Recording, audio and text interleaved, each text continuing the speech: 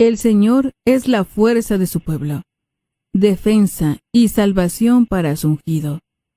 Sálvanos, Señor, vela sobre nosotros y guíanos siempre. Lectura de la carta a los Hebreos. Hermanos, ¿para qué seguir hablando sobre el poder de la fe? Me faltaría tiempo si tuviera que exponer en detalle lo que hicieron Gedeón, Baruc, Sansón, Jefté, David, Samuel y los profetas.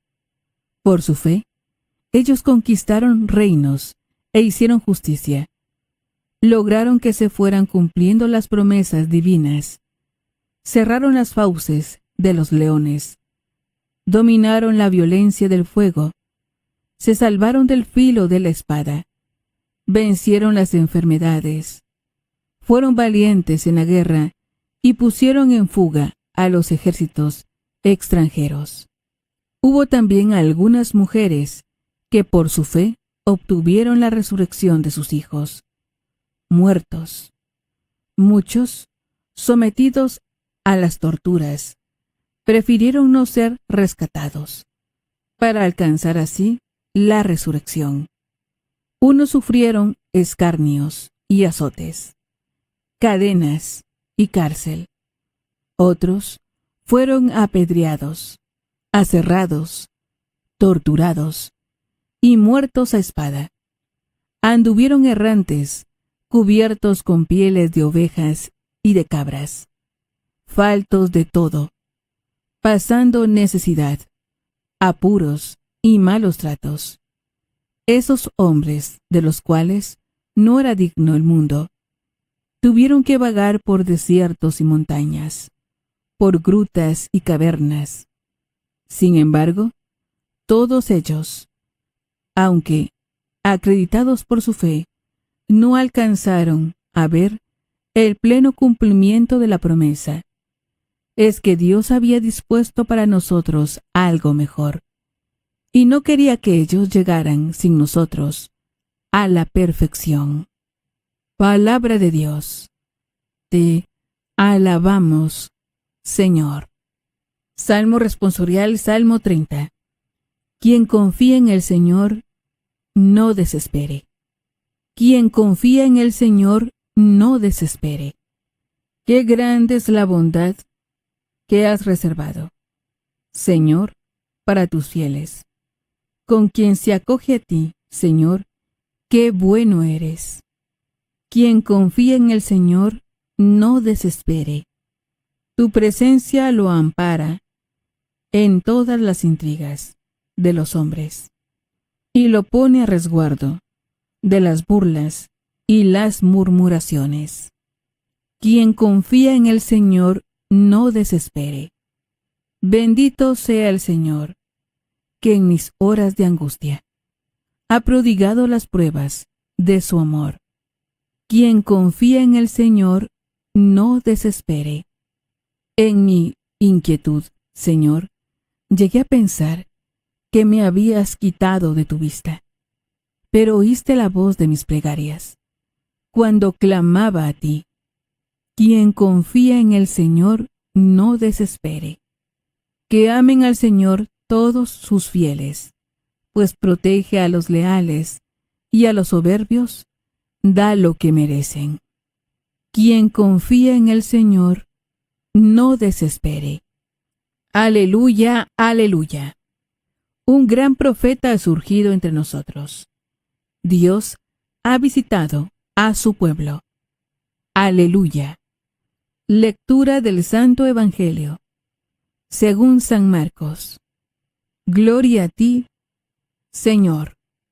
En aquel tiempo, después de atravesar el lago de Genesaret, Jesús y sus discípulos llegaron a la otra orilla, a la región de los Gerasenos.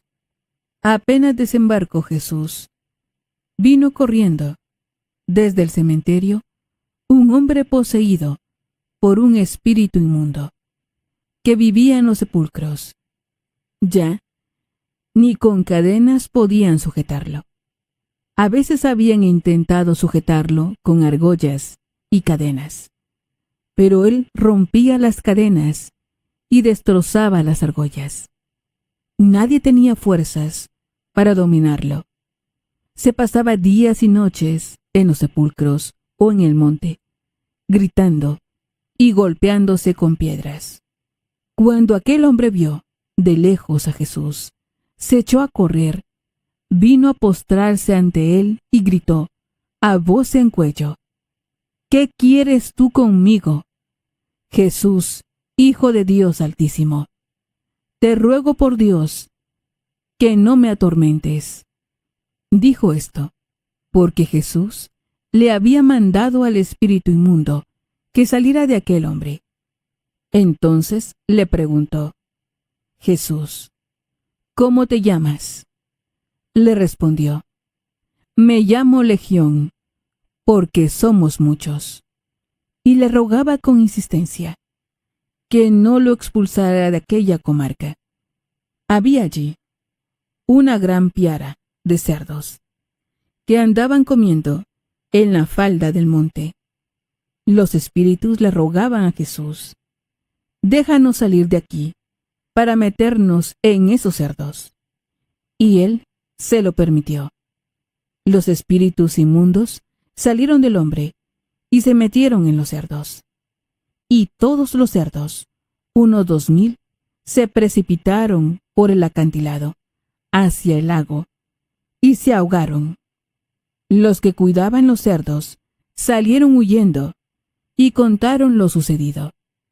En el pueblo y en el campo, la gente fue a ver lo que había pasado. Se acercaron a Jesús y vieron al antes endemoniado, ahora en su sano juicio, sentado y vestido. Entonces tuvieron miedo, y los que habían visto todo les contaron lo que había ocurrido al endemoniado y lo de los cerdos. Ellos comenzaron a rogarle a Jesús que se marchara de su comarca. Mientras Jesús se embarcaba, el endemoniado le suplicaba que lo admitiera en su compañía, pero él no se lo permitió y le dijo: Vete a tu casa, a vivir con tu familia, y cuéntales lo misericordioso que ha sido el Señor contigo. Y aquel hombre se alejó de ahí y se puso a proclamar por la región de Decápolis lo que Jesús había hecho por él. Y todos los que lo oían se admiraban. Palabra del Señor. Gloria a ti, Señor Jesús. El Evangelio de este lunes, Marcos 5, 1-20, recoge uno de los episodios de exorcismo narrado con más detalle en todos los evangelios. Aconteció en la región de los Gerasenos y se trataba de una posesión diabólica especialmente grave, como lo demuestra el hecho de que cuando Jesús le pregunta cuál es su nombre a ese endemoniado, él dice: me llamo Legión, porque somos muchos, ¿no? Se trataba pues de una posesión de muchos demonios que estaban en ese hombre. Se subraya en este episodio la fuerza, el poder que tenían esos demonios, el hecho de que fuesen capaces de romper los cepos y las cadenas con las que intentaban sujetar a aquel hombre. Todos sabemos que ni siquiera el hombre más fuerte es capaz de romper cepos o cadenas. Pero también se subraya en este episodio que el poder de Jesucristo era superior. A la orden de sal de él, inmediatamente ese hombre queda liberado. Pero hay un detalle no menor, el hecho de que Jesús permita a esos demonios introducirse en una piara de cerdos, de 2000 cerdos que se tiran por el acantilado abajo y se pierde esa piara. Motivo por el cual se genera una gran perplejidad en aquel lugar y le piden a Jesús que por favor se vaya. Y he aquí la paradoja. Jesús ha realizado una gran liberación y quizás no es percibida como tal, Queda patente que Jesús no ha venido al mundo para ayudarnos a vivir más cómodamente. La pérdida de aquella piara de cerdos seguro que causaría muchos problemas. Jesús no ha venido al mundo para ayudarnos a vivir más cómodamente, sino para librarnos del poder del maligno. Esta afirmación es clave, es determinante.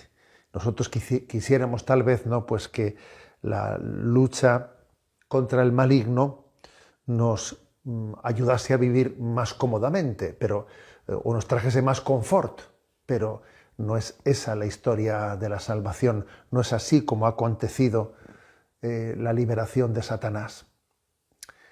Que Dios nos dé la gracia de tener claro cuál es nuestro enemigo, el enemigo de nuestra felicidad. El enemigo de nuestra felicidad es Satanás, es el maligno, es su acción, y Jesucristo es nuestro libertador, el único que tiene el poder de someter los demonios y rescatar nuestra libertad esclava.